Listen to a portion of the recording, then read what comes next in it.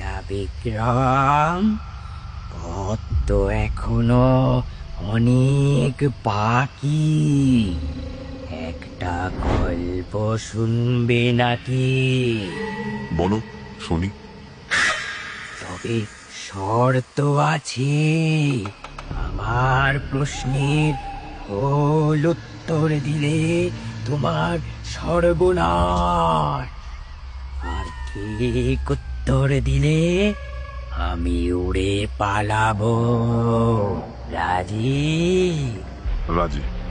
তাহলে শোনো রাজা, বাংলা নামে এক রাজ্য ছিল। সেখানে মানুষ সব উৎসব একসাথে করত। যে যেমন খুশি পোশাক পরতো, গান গাইতো, মিলেমিশে থাকতো। আনন্দই ছিল তাদের শক্তি। কিন্তু তোর দিল্লিতে বসে এক অত্যাচারী শাসক সেই আনন্দ সহ্য করতে পারল না। সে আর তার মন্ত্রীরা রটাতে শুরু করলো, বাংলার মানুষ দেশদ্রোহী, তাদের ভাষা বাইরের ভাষা, তাদের খাবার খেয়ে ছাদ চায়, তাদের গান গাইলে শাস্তি হবে।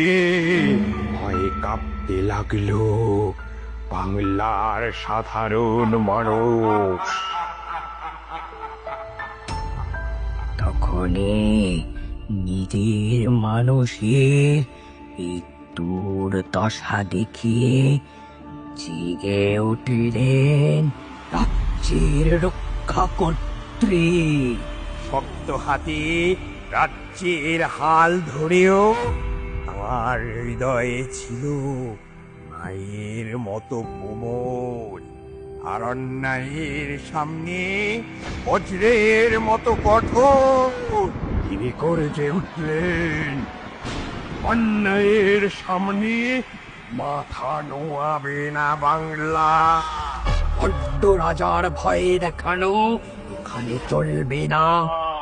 কিন্তু ততক্ষণে দিল্লির রাজা ছড়িয়ে দিয়েছে মিথ্যার অন্ধকার চাল। সে ফিসফিসে বিষ ঢেলেছে মানুষের কানে। বাংলার মানুষের মনে বিষ ঢেলে আলাদা করার চেষ্টা করেছে। একতার মাটিতে সন্দেহের বীজ বোনা শুরু হলো। প্রতিবেশীর দিকে তাকাতে লাগলো প্রশ্নের চোখে। এবার বলো রাজা, বাংলার মানুষের কি করা উচিত? সহজ কথা বেতাল, ভণ্ডামি আর বিভেদের রাজনীতিকে প্রত্যাখ্যান করা উচিত। কারণ লাঠি একা থাকলে ভেঙে যায়, একসাথে থাকলে ভাঙে না। তেমনি একবার বাংলা দখল করলে এই দিল্লির রাজা তো আগে তাদেরই মারবে, তাই না?